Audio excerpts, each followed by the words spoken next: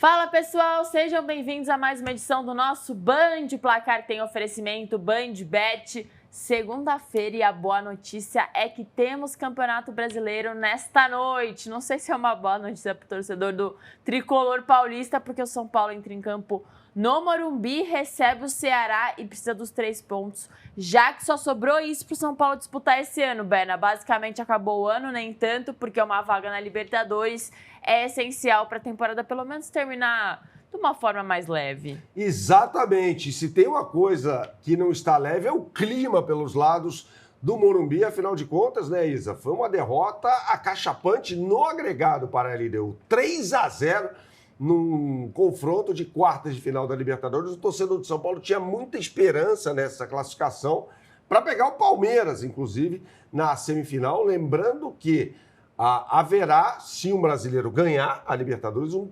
tetracampeão.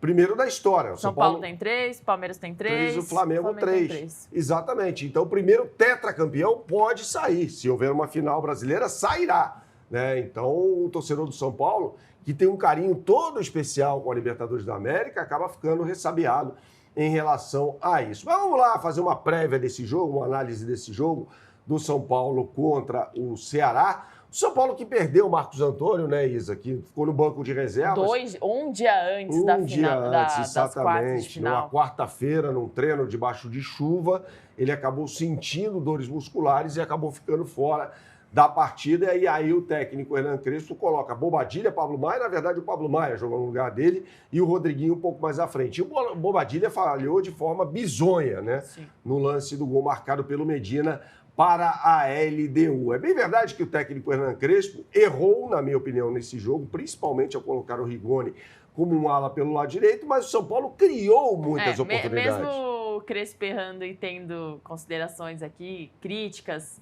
sobre a escalação, o São Paulo poderia ter vencido com tranquilidade. Poderia. O Luciano, por exemplo, nos 2 jogos, perdeu uns 5 gols inacreditáveis, umas chances claras de gol, né?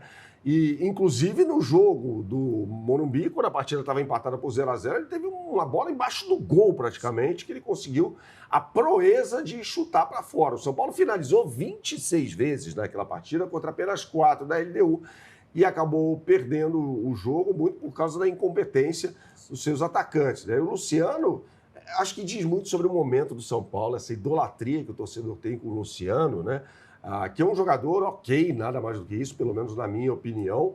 E o torcedor, claro, que fica muito ressabiado com o atacante depois dessas 2 atuações melancólicas nos jogos contra a LDU. O São Paulo terá um problema também na zaga, no sistema defensivo. O Ferrarese não deve ir para o jogo.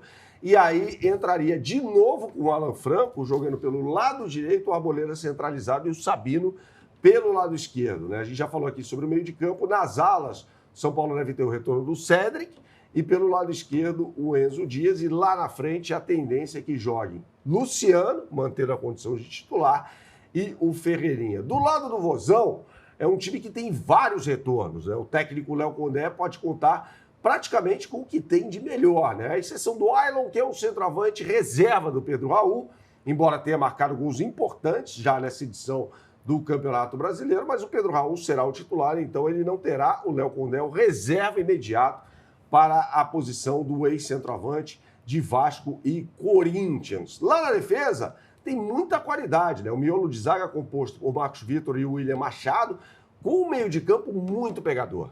Richarlison, que é um ídolo histórico do Ceará, Dieguinho, e criando as jogadas, Lourenço, ex-atleta do Avaí, que tem um chute de fora da área muito bom, bate muito bem falta, então é o cara da bola parada, né? Pelos lados, o Galeano jogando pelo lado direito e o Paulo Baia ganhando a posição do Pedro Henrique, jogando aberto pelo lado esquerdo. Para quem não se lembra, o Paulo Baia foi contratado pelo Fluminense ao Goiás para ser um dos jogadores ofensivos da equipe tricolor nesta temporada, mas não deu certo com a camisa do time carioca. Então o jogo, Isa, que será marcado por protestos por parte do torcedor do São Paulo, que está cuspindo o marimbondo devido a essa desclassificação precoce na Libertadores da América. E claro que a Band Bet está nessa com as melhores oportunidades do mercado. Você aponta sua câmera para o QR Code que está aqui em cima e você será mais uma vez direcionado para a capa do site. Aqui eu já estou na parte do Campeonato Brasileiro, você clique no botão Brasileirão Série A nesse menu aqui que está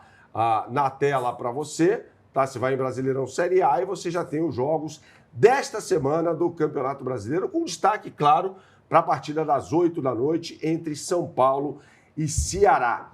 Aqui é o seguinte, Isa, o São Paulo está pagando 1,69 para cada real apostado, o empate 3,40 e o Ceará 5,75. E aí, você que é pé quente, recomenda o quê? Porque vale uma fezinha nesse jogo. Vai ser apertado, mas vai dar São Paulo. Vai ser apertado, mas vai dar São Paulo? A odd é boa, né? Para o favoritismo do São Paulo, evidente, jogando em casa no Morumbi, diante de um Ceará que não tem um retrospecto recente bom no Campeonato Brasileiro. Falando em retrospecto recente, do Coritiba na Série B, é péssimo. Tá piorando. Tá piorando. O Coritiba tá descendo a ladeira e só não perdeu a vaga no G4 nessa rodada da Série B, porque o Novo Horizontino ficou no empate no final de semana. Então, o Coritiba, que vai a Florianópolis, precisando ganhar do Avaí, que tem uma injeção de ânimo, e a gente vai falar sobre isso agora, né, Isa? É isso, vamos falar de Série B do Campeonato Brasileiro, 29ª rodada, encerrando a 29ª rodada, lá na ressacada, como o Berna falou, o Avaí recebe o Coritiba.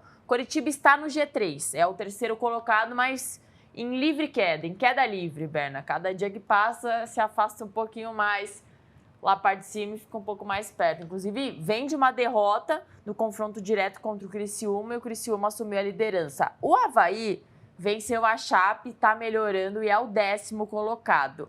Ou seja, teremos um jogo equilibrado hoje, porque além do Coritiba não viver uma grande fase, joga fora de casa. Exatamente. E o Avaí vem, entre aspas, turbinado pela estreia do técnico, Vinícius Bergantin, que era técnico da Ferroviária. Vale explicar o contexto, afinal de contas, o Jair Ventura deixa o comando da equipe da ressacada para assumir o Vitória na Série A. Mais uma vez. Mais uma vez, exatamente. Estreou com derrota ontem para o Grêmio por 3-1 no jogo das 11 da manhã.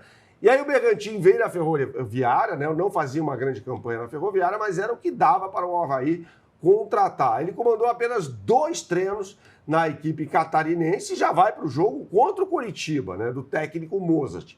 E aí, quando a gente fala desse time do Avaí, a gente tem que citar 2 problemas quase certos, né? O JP não vai jogar, está suspenso, são os 2 cabeças de área. E o Zé Ricardo cumpre protocolo de concussão, é dúvida para o jogo, né? Então, se ele não jogar, o Avaí vai perder os 2 cabeças de área, tá? O trunfo continua sendo o Marquinhos Gabriel, jogador responsável por armar o time. E aí tem um problema, né? Porque o Aleph Manga está afastado, seria muito provavelmente uma esperança de gols aí da equipe do Avaí, que em contraponto pega um Coritiba, como você bem destacou, que vem muito mal no retrospecto recente. O técnico Mozart está sob pressão e tem bons jogadores. Você olha para a defesa, tem Pedro Morisco, que é um goleiraço. Para mim, goleiro de Série A de Campeonato Brasileiro. Tem o Zeca, lateral direito, campeão olímpico em 2016 com a seleção brasileira. Santos, no Inter. Isso, exatamente. O Michael, God of Zaga, ex-São Paulo, ex-Vasco, ex-Santos, que para um time de Série B, a gente o vê na imagem aí, tá bom. Faz diferença. Faz diferença, né? E aí no meio de campo, você tem Josué, Sebastião Gomes, tem bons jogadores ali, lá na frente o Cleison, o Gustavo Coutinho. Então você tem jogadores interessantes nesse time do Coritiba que pode produzir muito mais e se subir para a Série A vai ser meio que na base do sufoco. Afinal de contas, está em queda livre, como você destacou, nessa fase, pelo menos, do Campeonato Brasileiro da Série B. E claro que a BandBet está nessa, com as melhores oportunidades do mercado para você. Você vai fazer o seguinte, mais uma vez, você vai apontar a sua câmera para o QR Code que está aqui em cima, ou se preferir, né, Isa, você que nos assiste pode digitar no browser de sua preferência o endereço bandbet.bet.br, bandbet.bet.br, e aí você vai acessar a capa do site. Uma vez na capa do site, você clica aqui no botão Brasileirão Série B e você já tem o mercado para esse grande jogo de bola entre Avaí e Coritiba, como a Isa falou, no estádio da Ressacada. A bola vai rolar às 7h30 da noite. E aí é o seguinte, temos belíssimas odds aqui, viu, Isa? Com o Coritiba pagando o Coritiba 3,50, o Avaí 2,20 e o empate R$3. O Coritiba precisa vencer esse jogo para não passar susto, pelo menos por enquanto, mantendo a posição no G4 na Série B. E aí, você apostaria em quem, Isa? Empate. Empate. A Isa tá cravando um empate, a Isa é pé quente, hein? Então, se ela cravou um empate, pode ir nessa, tá com uma ótima odd, pagando R$3. São odds imperdíveis na BandBet e exclusivas para você. Então, vale a sua fezinha. A gente falou sobre Campeonato Brasileiro da Série A e sobre a segunda divisão também. O Avaí, sem brigar muito pelo acesso, mas o Coritiba ainda nessa disputa. O que você sempre fala por aqui, Isa? Jogue com responsabilidade, é só para maiores de 18 anos. Valeu!